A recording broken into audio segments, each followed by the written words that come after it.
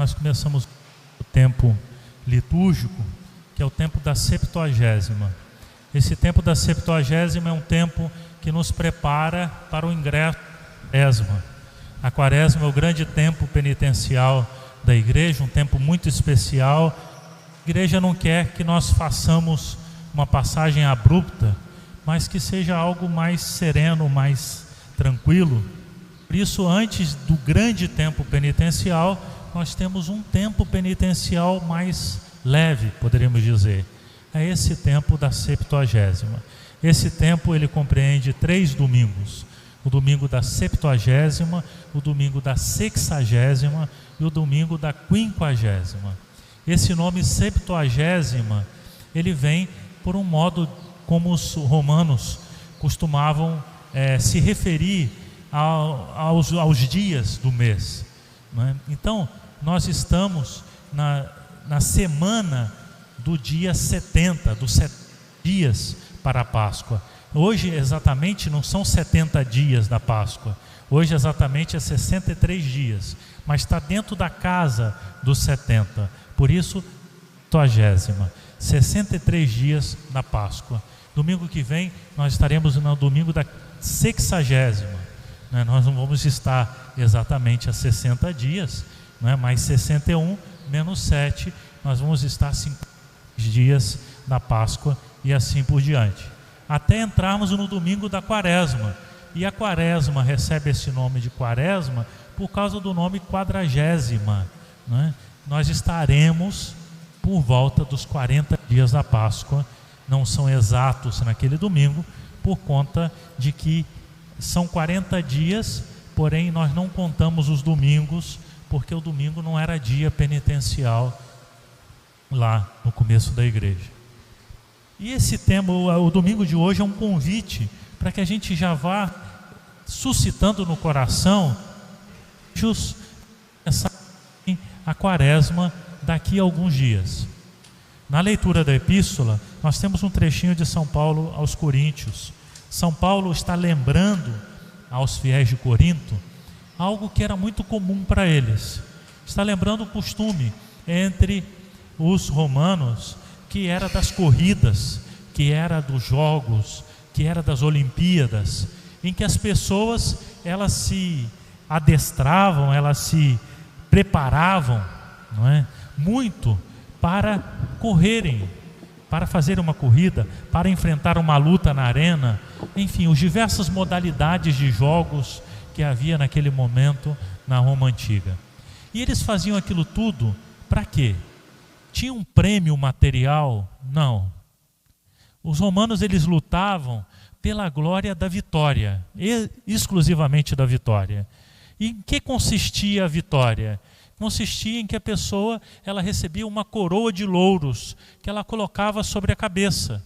E ela recebia o reconhecimento, o aplauso de todos, porque ele é o campeão. Ele foi aquele que venceu a corrida, venceu esse jogo, venceu essa batalha. Ele é o vencedor.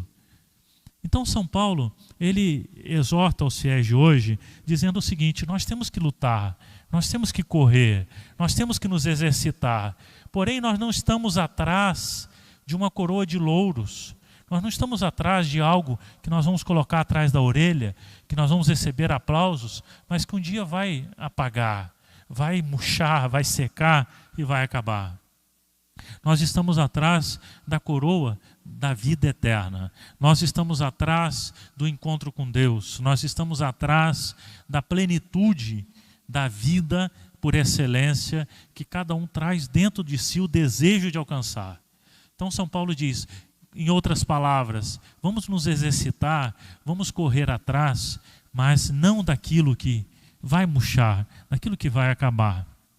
Essa aplicação para São Paulo, daquilo que São Paulo fala para o seu tempo, nós podemos hoje aplicar também para o nosso tempo. Quantas pessoas se preocupam muito, não é, com esses louros, se preocupam muito com o dinheiro que pode juntar, se preocupam muito com os aplausos que possa receber, da admiração das pessoas que ela possa alcançar.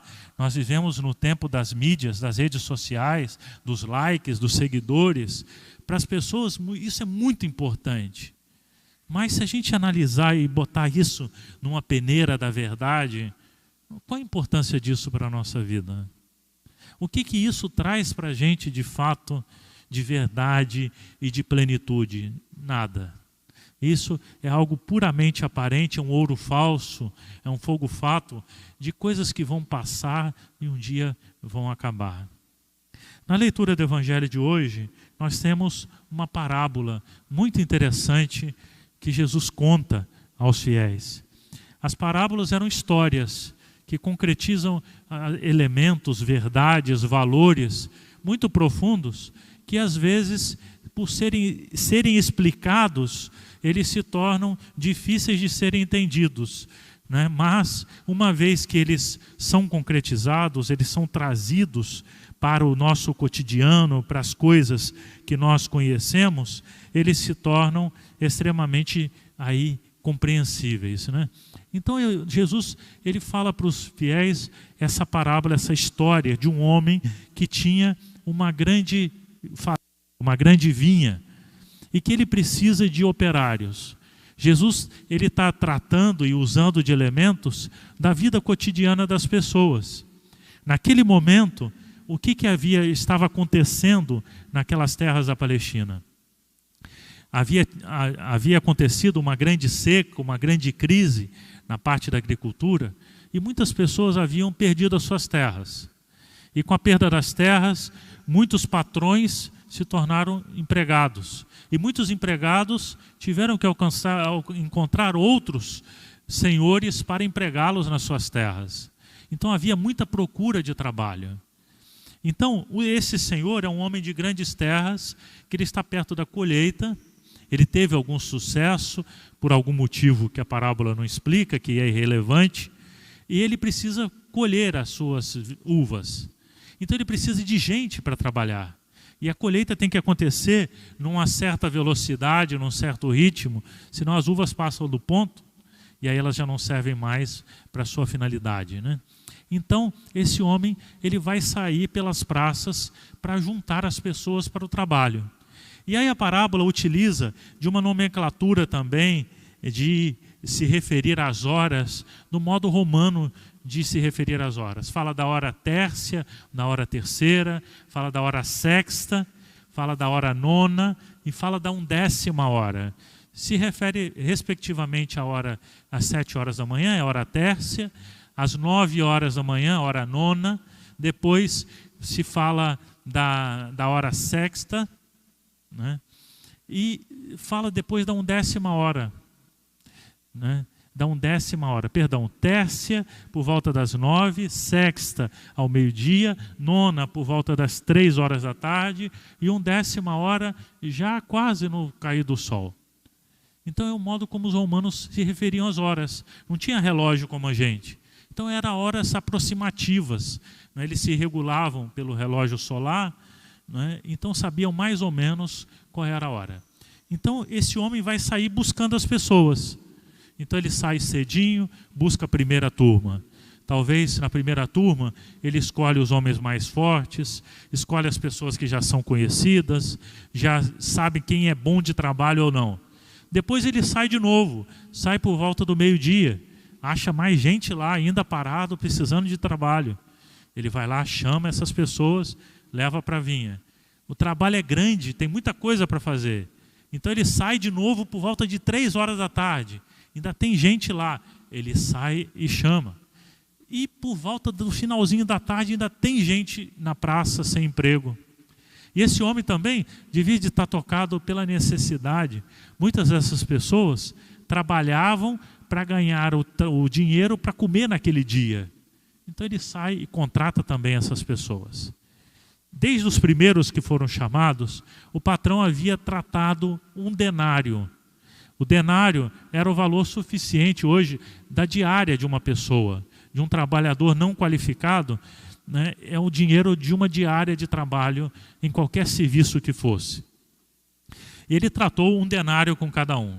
Todos foram trabalhar e quando anoiteceu, ele vai prestar contas. E ele manda chamar na ordem contrária. Quem chegou primeiro, daqueles que chegaram, quem chegou por último, em direção daqueles que chegaram primeiro. E foi pagando os da 1/10 hora, os da hora nona, os da hora sexta e os da hora tércia. Pagou a todo mundo 1 denário, o valor de um dia. E aí aconteceu na parábola que aqueles que chegaram primeiro, na medida que eles foram vendo, pessoas estavam recebendo o valor de uma diária, eles ficaram talvez esperançosos de que eles receberiam mais, talvez o dinheiro de uma jornada e meia, porque eles estavam ali desde as 7 da manhã, no sol quente, trabalharam muito mais, e eles ficaram murmurando quando receberam o valor que havia sido contratado. E o dono da vinha disse para eles o seguinte: olha, não foi o que nós combinamos? Quando você chegou aqui cedo para trabalhar, eu não tratei com você que eu ia te pagar o valor de uma diária de serviço? Você trabalhou um dia de serviço, eu te devo uma diária de serviço. Você não pode ficar invejoso porque eu sou bom com essas pessoas que chegaram depois, não é? Eu não sou mal porque o teu olho é ruim. Você tem o coração duro, você que está olhando as coisas de uma forma equivocada. Caríssimos irmãos, essa parábola, ela fala da generosidade desse homem em considerar a necessidade dessas pessoas. Objetivamente falando, os primeiros trabalharam mais, mas talvez essas outras pessoas não trabalharam tanto, não foi por preguiça, mas porque não conseguiram emprego durante aquele dia. Porque não eram pessoas, talvez, de um porte físico muito forte, porque não eram conhecidos, ou por qualquer outra circunstância que a parábola não designa. Mas esse dono da vinha era um homem que precisava de trabalhadores e, ao mesmo tempo, tinha um coração bom. E ele, então, vai dar a todo mundo aquele salário daquele dia, vai pagar todo mundo e todo mundo deveria ficar satisfeito. Jesus contou essa parábola por conta de uma situação que havia na mentalidade dos judeus e que pode haver também na nossa mentalidade hoje. Para os judeus, Deus agia com as pessoas numa espécie de comércio, numa espécie de negócio, que Deus dá na medida que a pessoa também fizesse, ou que aquilo que eu recebo de Deus é fruto exclusivamente daquilo que eu plantei, daquilo que eu fiz, das minhas forças, do meu empenho pessoal. E se deixava de lado nessa visão de Deus, nessa visão do mundo, de que Deus age de uma forma gratuita, de que tudo é dom de Deus. A salvação, o reino de Deus que vem a este mundo, é algo gratuito. Nós não merecemos, nós não temos direito. Deus é que abre os tesouros da sua misericórdia. Deus é que nos proporciona meios para a gente ser melhores. Nós somos amados por Deus, não porque nós somos bons, mas se nós somos bons, é porque nós somos amados por Deus. É porque a graça de Deus veio ao nosso encontro. É que Deus nos estendeu a sua mão. Deus nos permitiu, nos deu meios para a gente poder ser melhores. A parábola também fala para a gente da igualdade de todas as pessoas aos olhos de Deus. Que Deus quer o bem, a salvação de todo mundo. De que Deus dá meio a todas as pessoas durante todas as fases da sua vida. Desde o começo até o fim. Conosco não acontece propriamente, né, como está dito na parábola, que a gente só foi chamado, talvez na 1/10 hora, não. Todos os homens são chamados, antes mesmo de nascerem, a essa comunhão de vida com Deus. Mas talvez a pessoa só se abre a esse chamado a alguma altura da sua vida. Porque Deus sempre respeita a liberdade de cada pessoa. Deus não impõe, Deus não obriga. E na medida que a pessoa se abre, a graça de Deus vai agindo. Algumas pessoas só foram encontrar a Deus mais tarde, outras já encontraram muito cedo. E assim nós vemos na própria história da vida dos santos. Nós temos um Santo Agostinho, que foi um homem que se encontrou com o Evangelho, se encontrou com Cristo, lá na frente já da sua vida, mas foi um homem que entrou com tudo, nós poderíamos dizer, uma vez que ele encontrou a Cristo e se transformou num grande santo na vida da igreja. Então Deus dá meios a todas as pessoas, em todos os tempos da vida dela. O importante, o que Deus espera, é que a pessoa abra o seu coração.